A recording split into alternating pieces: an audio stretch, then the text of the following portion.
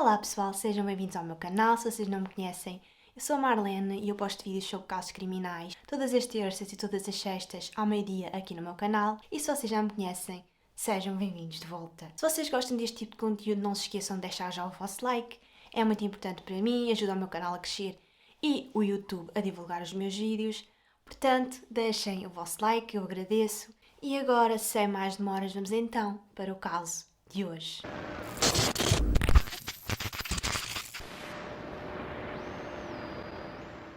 Jill Dando era uma popular apresentadora de televisão dos anos 90. Ela nasceu no dia 9 de novembro de 1961 em Weston-super-Mare, em Inglaterra.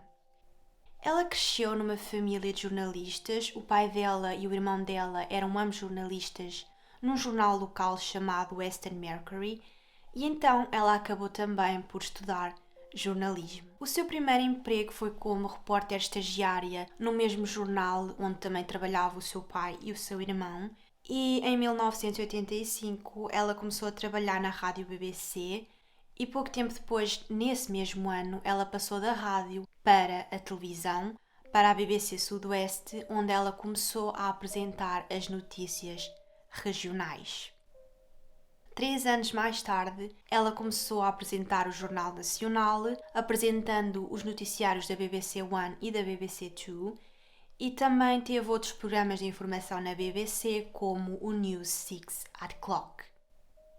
Em 1994, ela conseguiu o trabalho onde provavelmente ela ficou mais reconhecida, que foi o Crime Watch. Basicamente, o Crime Watch era um programa de televisão britânico onde eram reconstruídos casos policiais não solucionados e no final era pedida a colaboração do público.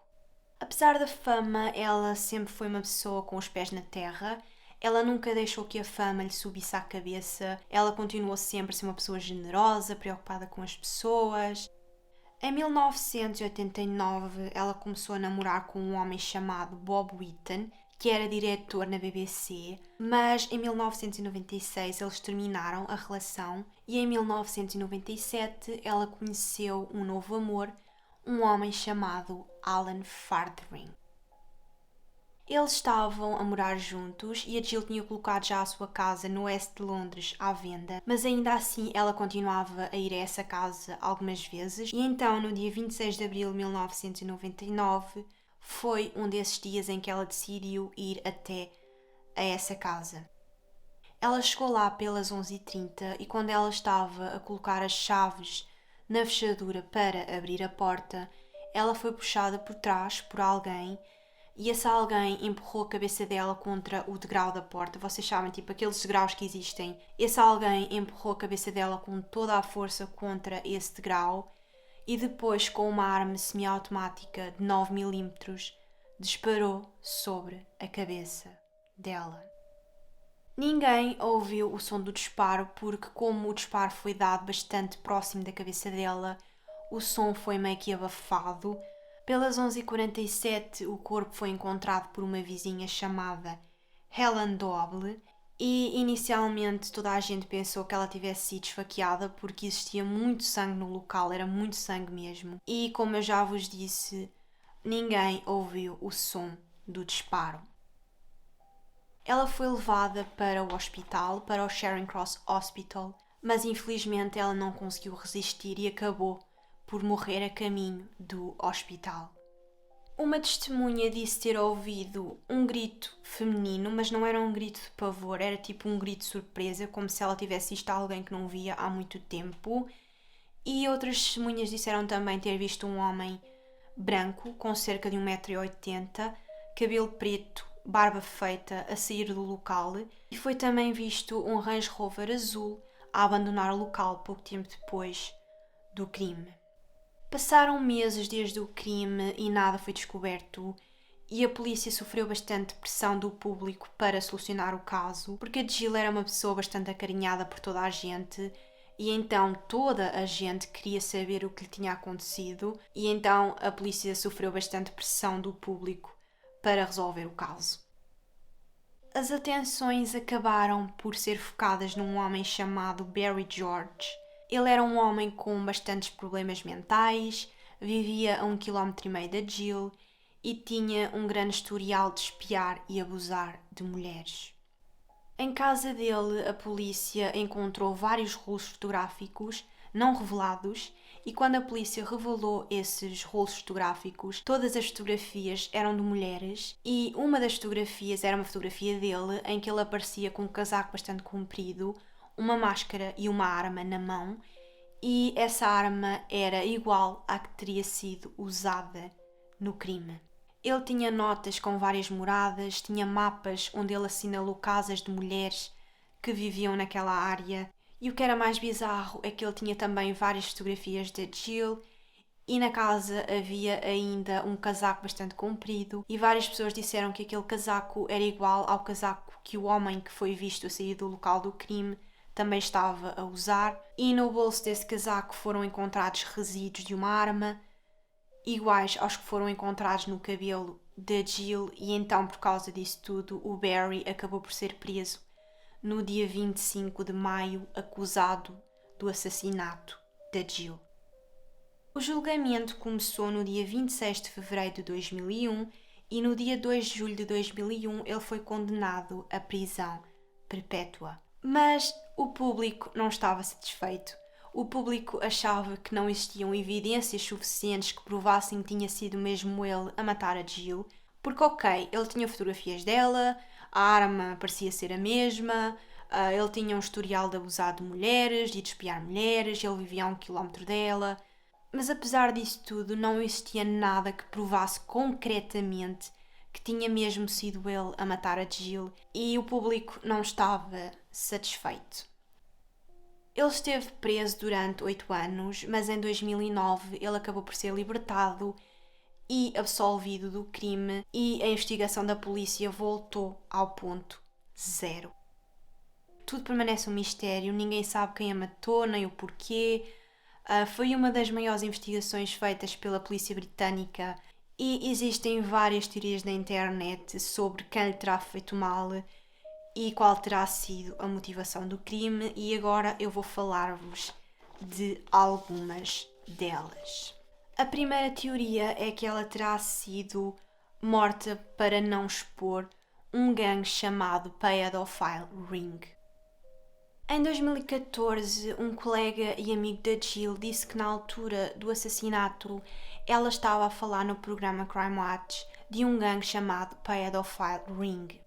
E meses antes do crime ela tinha falado com o diretor de programas e disse-lhe que tinha medo de falar sobre este caso e este gangue. Ela terá recebido várias ameaças de morte depois de ter começado a ajudar crianças vítimas deste gangue e a BBC teve mesmo que reforçar o nível de segurança nos estúdios. Mas quando confrontada com estes factos, a BBC garantiu que não existiam provas suficientes para provar que isto fosse mesmo verdade. Uma outra teoria é que ela terá sido assassinada por um stalker louco. Quando a investigação da polícia começou, eles colocaram logo a hipótese de que ela poderia ter sido vítima de um stalker louco. Várias testemunhas disseram ter visto um homem a sair do local do crime e uma outra testemunha disse ter ouvido um grito feminino, mas não era um grito de pavor, era mais um grito de surpresa.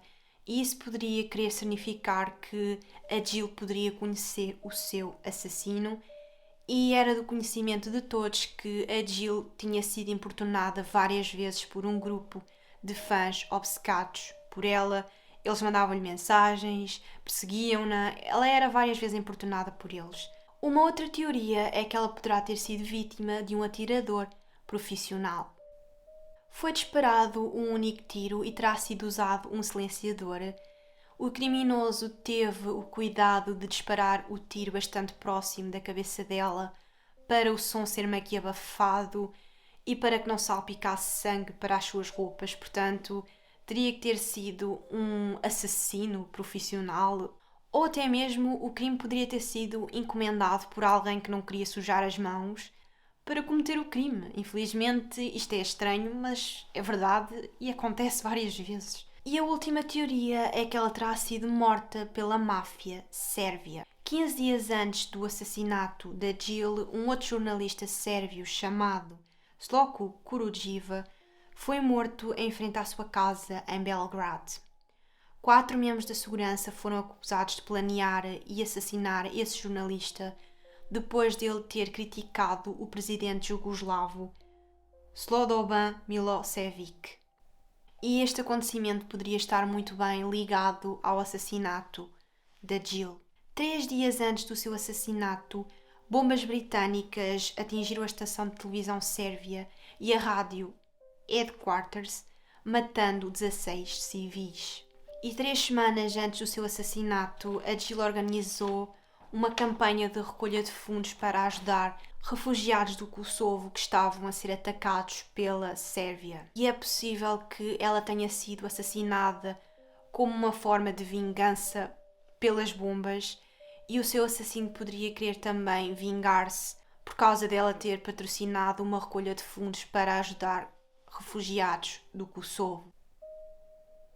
Foi divulgado ao público que um homem fez uma série de chamadas suspeitas para a BBC e nessas chamadas ele dizia que a morte era uma vingança pelas bombas. No dia do assassinato ele ligou para a BBC e ele disse, eu vou ler porque eu não sei de cor: a morte de uma jornalista irá acontecer. Diz ao teu primeiro-ministro que em Belgrado ele matou 15 e então faltam 14. Pelas 11 da manhã do dia a seguir ao assassinato, ele voltou a ligar para a BBC e disse: ontem eu liguei para adicionar alguns números na lista porque o teu governo e em particular o teu primeiro-ministro mataram 17 vítimas inocentes. Ele mata, nós matamos. A primeira aconteceu ontem e a seguir será o Tony Wall. A polícia suspeita que este mesmo homem voltou a ligar para a BBC no dia 28 e nessa chamada ele disse: ouve, tu e a BBC são a voz do governo e é por isso que a vossa repórter está morta, porque o teu governo matou 17 pessoas inocentes. A polícia achou que a segunda e a terceira chamada não foram feitas pela mesma pessoa. Eu procurei na internet porque eu estava curiosa em saber o porquê é que eles acham que não foi feita pela mesma pessoa, mas eu não encontrei nada e então eu não sei porque é que eles acham que a primeira não foi feita pela mesma pessoa que fez a segunda e a terceira chamada, eu não sei. A polícia tentou localizar o sítio de onde estas chamadas foram feitas, mas sem sucesso. Ninguém sabe quem a matou nem o porquê. E foi uma investigação enorme, a polícia procurou imenso, o público fez imensa pressão para que o caso fosse resolvido. O povo criou meio que um carinho especial por ela, estão a ver? E então eles queriam mesmo saber o porquê de a terem matado, porque toda a gente gostava dela, porque é que a mataram.